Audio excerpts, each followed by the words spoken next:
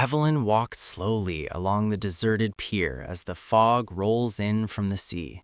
each step echoing faintly against the worn wood beneath her feet, and she feels a heaviness in her chest, not from sadness exactly, but from the slow, accumulating awareness of all the compromises she has made in her life, the quiet sacrifices that seemed necessary at the time, but now feel like pieces of herself left behind for others. And she thinks about how easy it is to lose sight of your own desires when you spend years anticipating the expectations of everyone else, shaping yourself around what would be acceptable, what would be praised, what would be tolerated. And as the cold wind brushes her face, she remembers the moments she ignored her instincts, the subtle warnings she dismissed, the opportunities she abandoned out of fear or caution.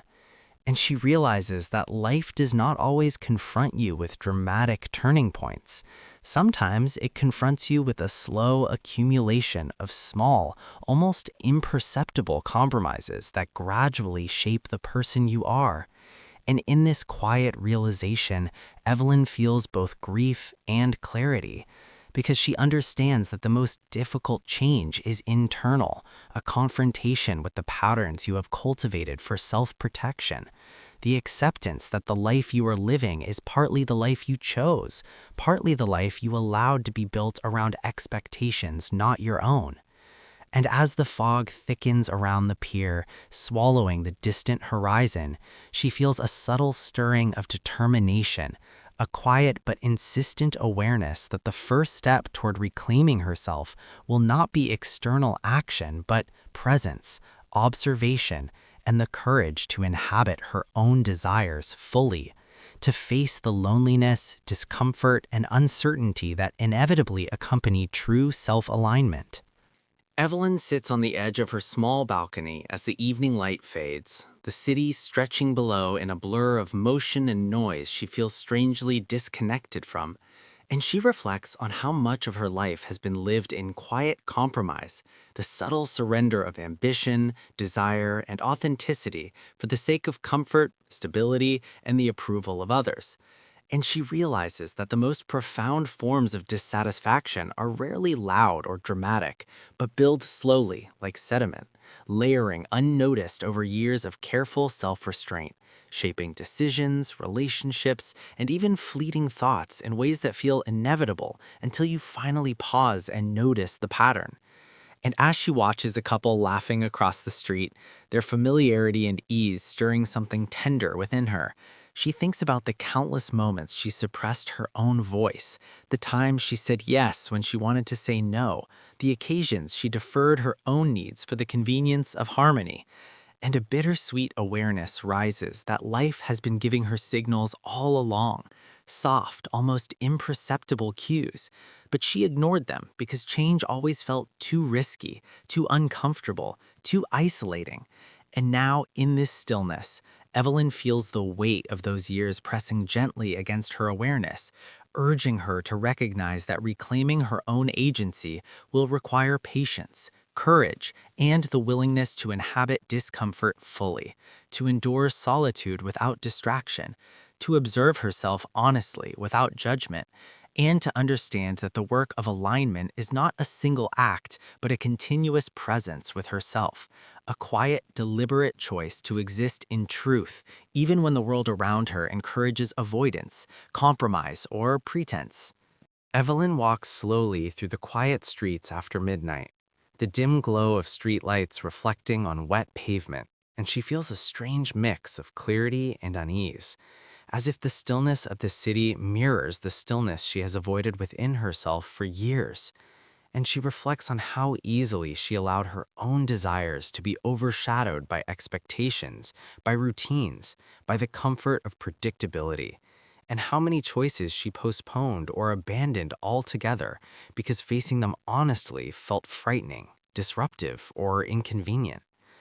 And she recalls the subtle signs she ignored, the restless mornings, the persistent doubt, the fleeting moments of inspiration that she dismissed as impractical or indulgent. And she realizes now that these small, unheeded signals were not trivial, but the very guideposts of her authenticity, calling her back to herself in ways she could no longer ignore. And as the wind brushes her face, carrying the faint scent of rain and salt from the river nearby, she feels a tender ache for the life she could have led, the opportunities she let slip quietly through her fingers. And yet, within that ache emerges an unexpected awareness that regret itself can be transformative if observed fully. That true courage does not come from grand gestures, but from the patient, deliberate act of noticing oneself, of acknowledging compromise, of choosing to remain present with the discomfort of facing your own patterns.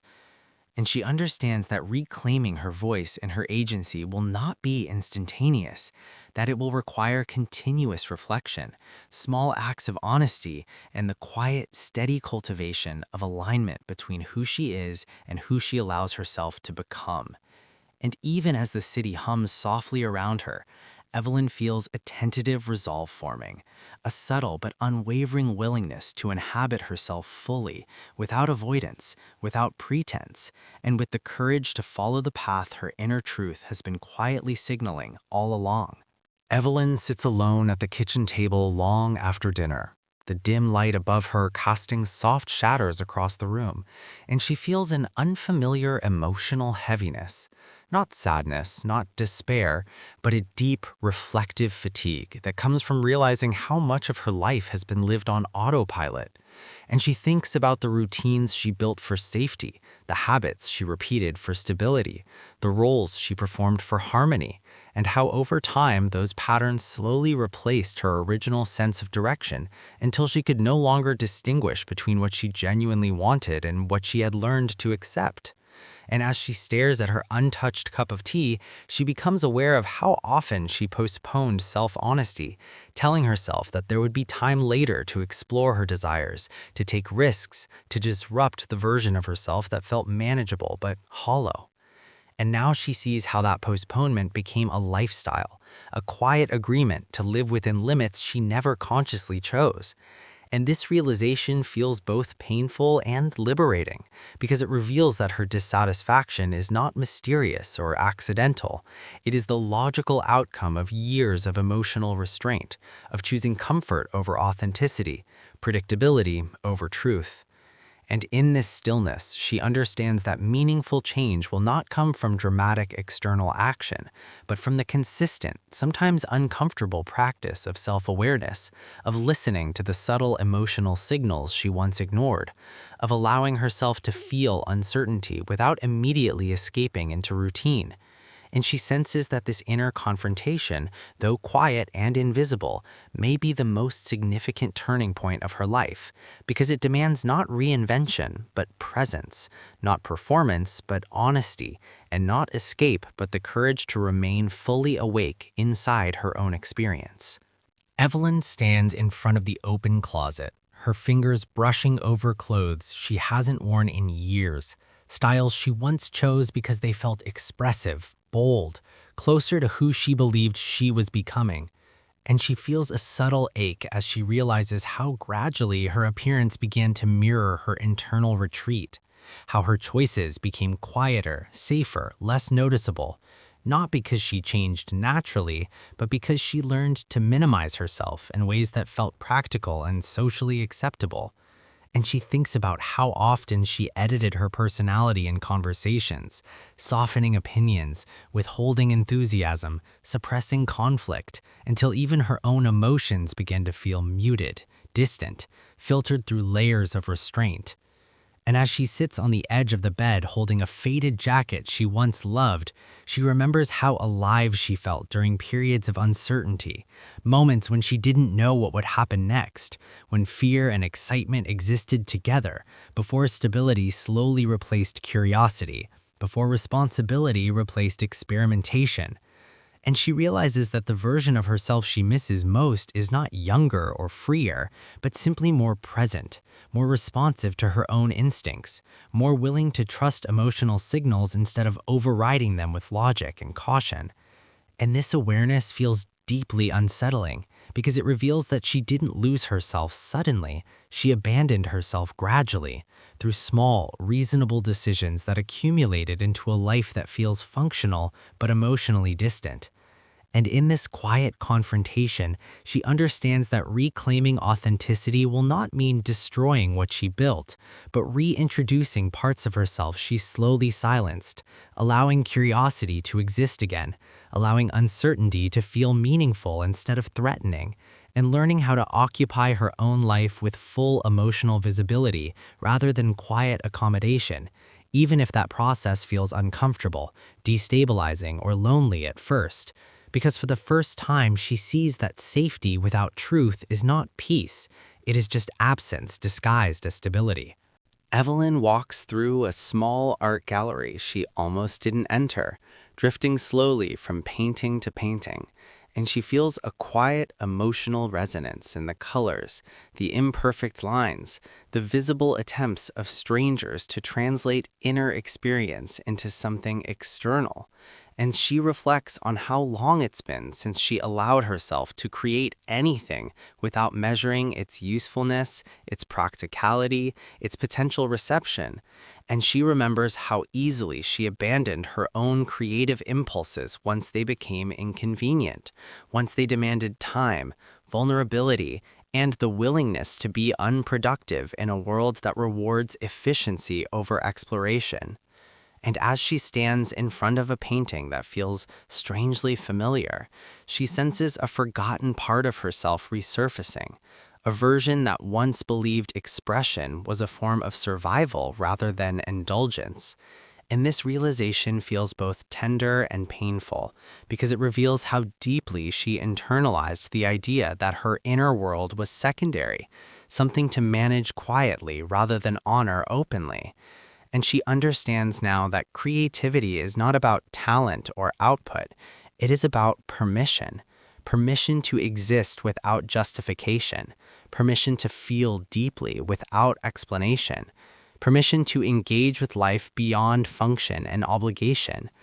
And as she leaves the gallery and steps back into the ordinary rhythm of the street, she feels a subtle internal shift, not a dramatic awakening, but a quiet recognition that part of her healing will require reclaiming spaces where she is not required to be efficient, agreeable, or controlled, but simply present, expressive, and emotionally alive.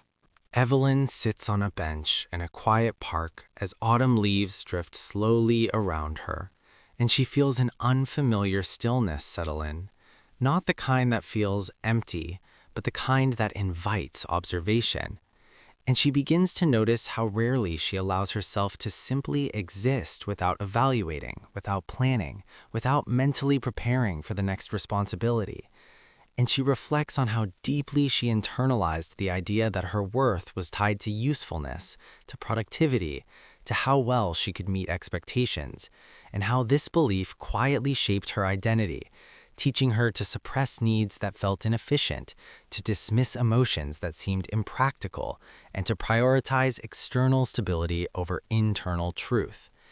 And as she watches children playing nearby, unburdened by self-consciousness or long-term consequences, she feels a soft ache for that unfiltered presence she once possessed, the ability to feel fully without immediately regulating herself.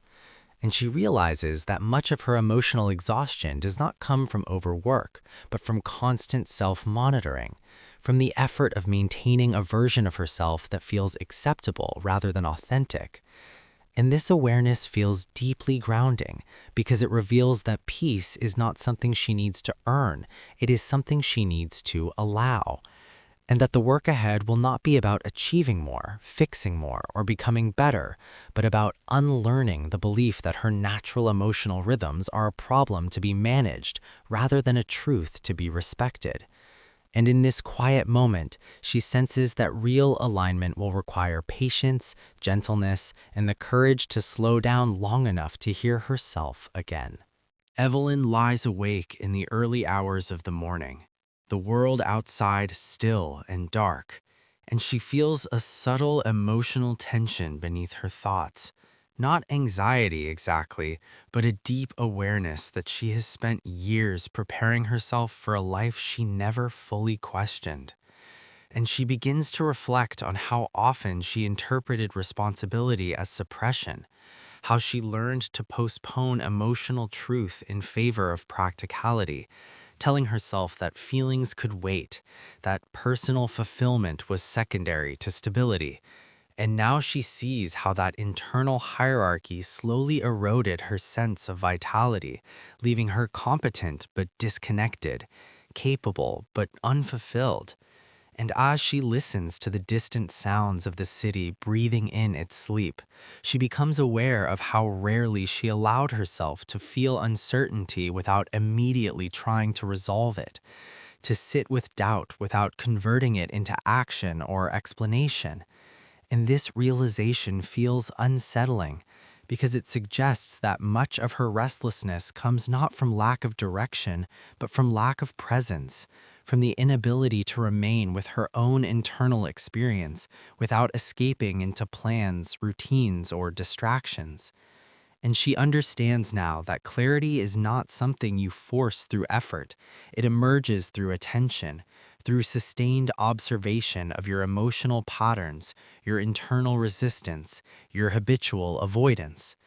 And in this fragile stillness, she senses that real transformation will not come from changing her external life dramatically, but from changing the way she inhabits it, learning how to remain emotionally available to herself, even when answers do not arrive, even when the future feels undefined, even when silence replaces certainty. Evelyn stands by the window as the first light of dawn slowly enters the room, and she feels a gentle but profound emotional shift.